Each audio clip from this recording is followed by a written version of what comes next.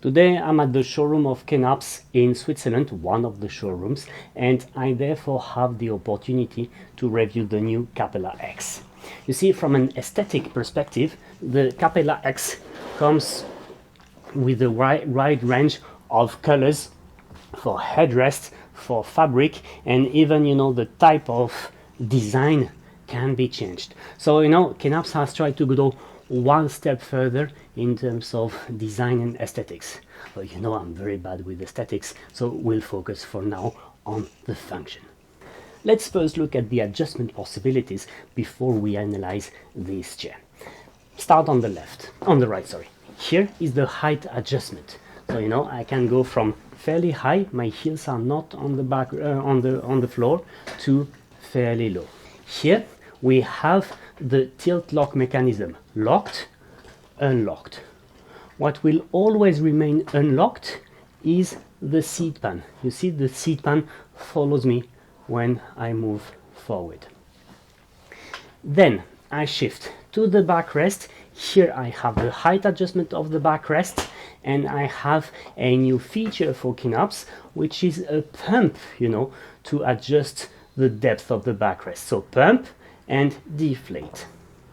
Then moving to the other side, I have here the tilt resistance mechanism, which is striking in a way that you turn a little and you have a lot of change in the resistance, meaning here I can't move, 1, 2, 3 clicks, and now it's fully free, which is good and bad in the sense that it's very fast to shift from very relaxing to very sportive.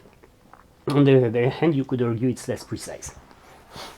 Here we have the seat depth adjustment, and the armrests can move in pretty much every direction, up, down. They can turn, they can shift sideways, they can slide back and forth. And they are, as always with these 4D armrests at Kinnarps, they are padded, so that some brands call them even 5D. The headrest, is exactly the same type as on my chair, the Plus 8, the most adjustable headrest on the market. No brand has a headrest that moves this easily and this much. Now, let's look at the dimensions and the functions.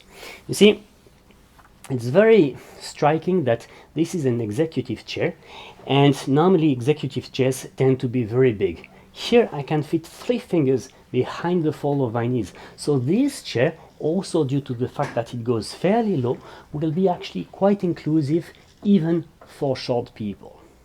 So good thing.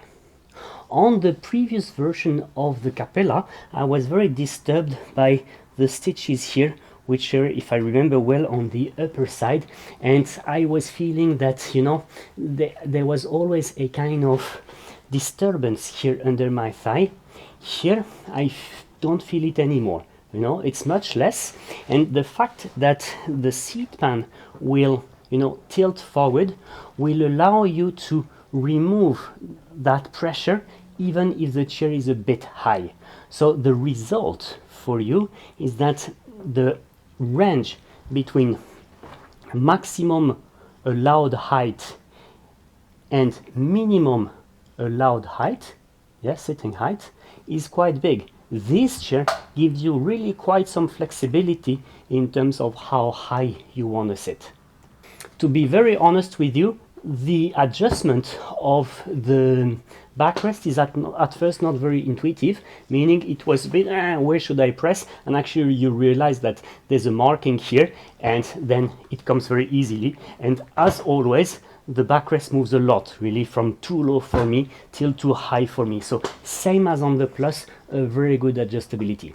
And the armrest moves even more than on the Plus. So in every respect, I would say that chair is probably more inclusive than the Plus. There's one thing which is, I think, a very important feature. This is the thing. Look at the 2 chairs next to each other. You see the space that I have behind my shoulder blades when I sit on the Plus is quite a lot. This gap here makes people who don't sit naturally straightforward feel a bit lost, you know, they feel there's too much space behind their shoulder blades. And therefore, that chair is so liked by, you know, a number of people. On the Capella, the space behind my shoulder blades is reduced. Therefore, it's much more like a normal chair, and therefore, it's, I would say, in that respect, too, more inclusive. So all in all, you know, I would say the chair moves more, is more adjustable, is probably more comfortable, more soft in terms of padding here on the seat than the Plus. So what are the big differences? The big differences are that the seat pan of the Plus goes slightly downwards, whilst this one is a bit flatter, and the seat pan of the Capella moves forward, whilst this one can stay locked. This chair exists in the standard version 125 kilograms. Yeah, it also exists in 24 hours version for 150 kilograms.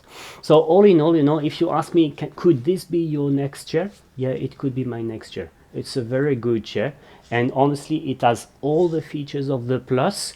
That seat pan tilt, which is strange at first, is not creating instability. So this could very much be my next chair indeed.